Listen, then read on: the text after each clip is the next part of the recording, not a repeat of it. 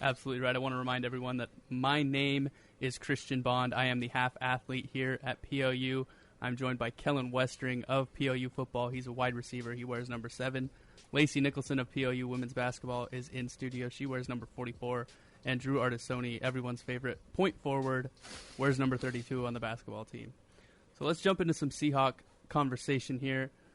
Before we get to this week's game against the New York Jets, let's take a look back. The Seahawks played against the 49ers. It was a boat race. The Seahawks tore them up. The offense was effective. What stood out to everybody on Sunday? Well, let me just say I'm so happy to see that the Seahawks offense is finally back. They were really connecting this last weekend. Doug Baldwin and Jimmy Graham each had over 100 yards receiving, along with a touchdown apiece. But who really stood out to me was Christian Michael, who was a force on offense. He had 106 of the team's 127 rush yards. He had 5 of 3 yards per carry on 20 carries. Michael scored 2 touchdowns for the Hawks. It was fun. It was fun to watch the offense this weekend. I wasn't cringing on my couch. You know, Russell Wilson stood out to me, but not for the best reason.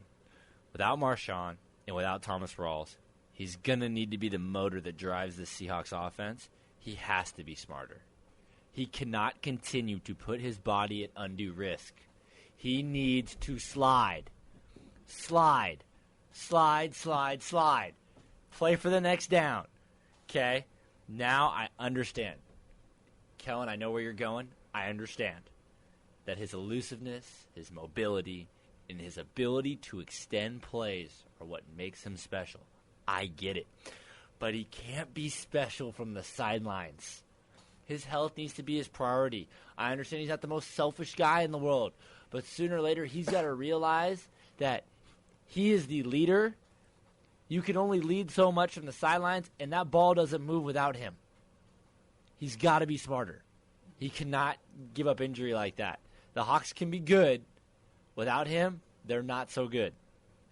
Couldn't agree more, Drew. And I kind of relate that to our quarterback situation here at PLU, John Schaub.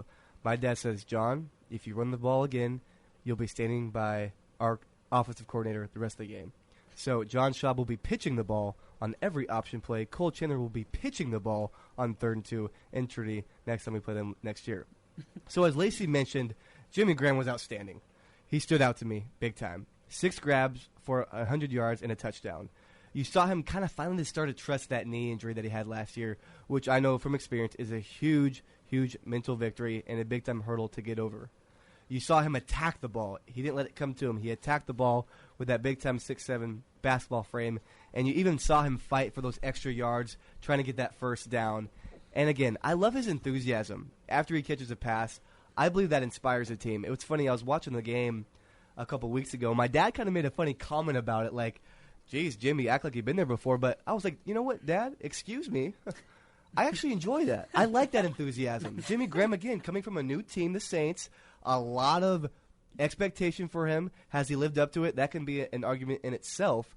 But I love the enthusiasm. I love him pointing first down. That kind of gets his other teammates involved, gets them going as well. So I have no problem with that. I was proud of the way Jimmy Graham played. And a little bit of a side note, he was in Russell Wilson's wedding. So it kind of shows the friendship that him and Russell have that not many people knew about.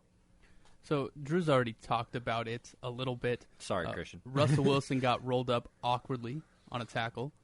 He returned to the field, but interesting side note, if a player returns to the field during the game, teams do not have to file an injury report, which is why I think he returned onto the field, especially with the team being up 24-3.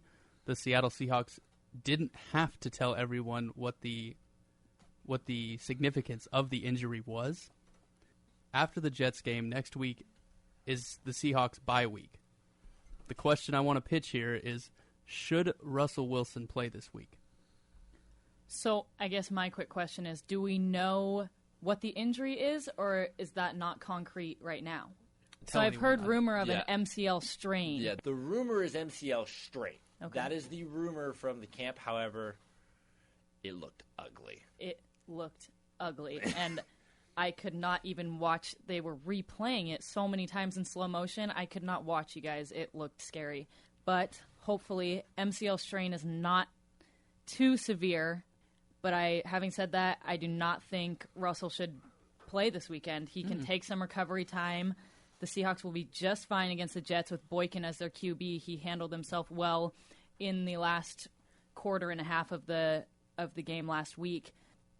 Shortly after Wilson's injury, when Boykin was put in, I couldn't help but listen to the commentators talk about how Boykin has such a similar style to Russell Wilson, which is really beneficial for the offense. So when Boykin goes in, they don't have to change much. He's very similar, unlike PLU's offense. When you have John Schaub in and then you throw Cole Chandler in, it's a completely different dynamic. So that's a huge win for the Hawks, and I think they'll be able to have some rhythm there. Last weekend, Boykin was 7 of 9 for 65 yards with 1 touchdown.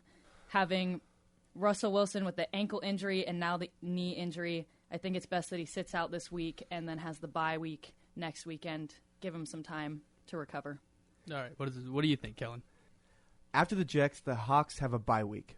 Russell could get the next 3 weeks off. Obviously, he'll practice if he's going to play, but he could get 3 games off. Games are very, very different than practice. In my opinion, that would be the smart thing to do, knowing my injury history, knowing what it takes to be 100% healthy for game day.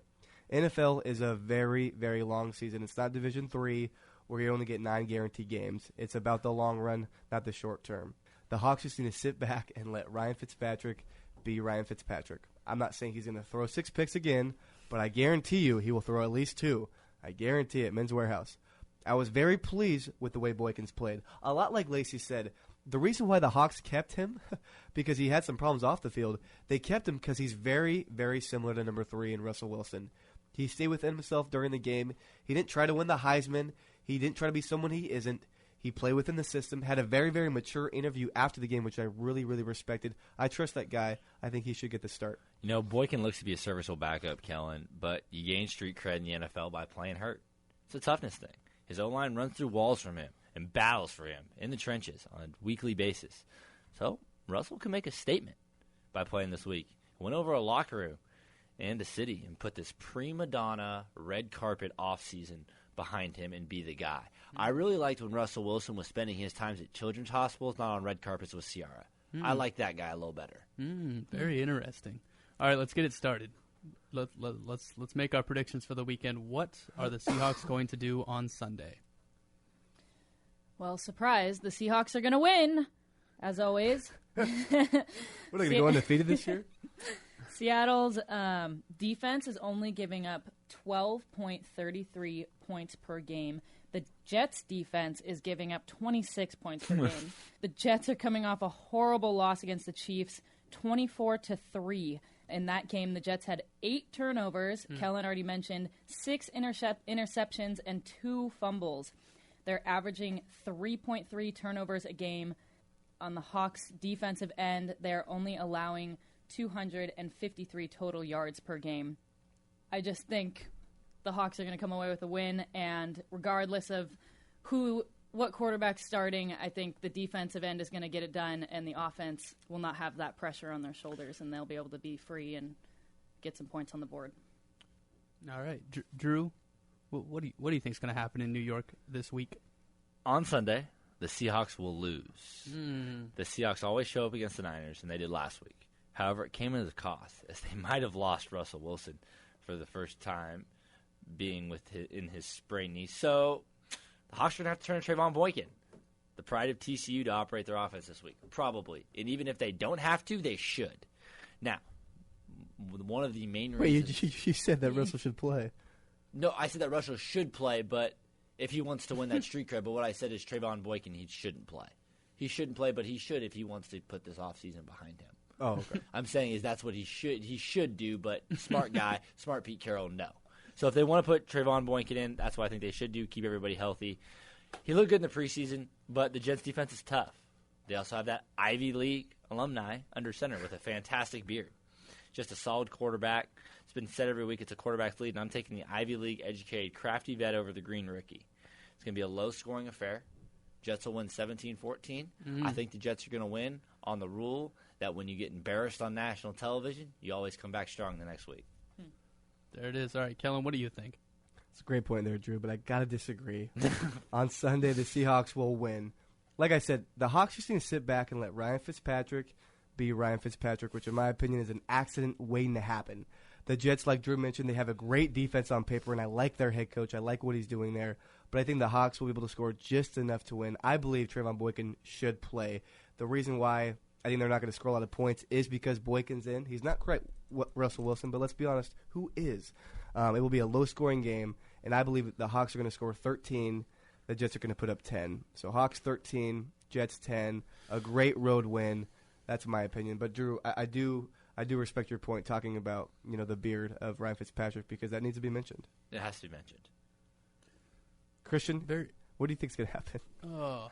On Sunday, the Seahawks will lose. I'm not very good at this so far. I haven't picked up a win yet. I haven't been right yet. You're 0-for, man. I am 0-for. It's going to come down to the matchups like it does every week in the NFL. I mean, every team is good. The separation comes in the matchups. The Jets had 39 sacks last season. Muhammad Wilkerson had 12 on the season. Sheldon Richardson had 5. David Harris had 4.5. Calvin Pace and Leonard Williams each had 3. It's going to be a game a lot like the first two that we saw this year. And I like that you guys went with the low scores because whatever that Seahawk offense was last week, I have no idea where it came from. It was confusing. It didn't look like anything else we had seen this year. The New York Jets allowed the second fewest rushing yards, averaging 83 yards per game. So the combination of a poor offensive line, the Jets' ability to get after quarterbacks, the Jets' ability to stop a running game, it's going to limit Christine Michael, who had a nice game last week. See, Russell Wilson, they're going to be able to keep him in the pocket. They're going to take care of business against Russell Wilson. It's going to be a tough loss for the Seahawks going into the bye week. They're going to go 2-2 into the bye week.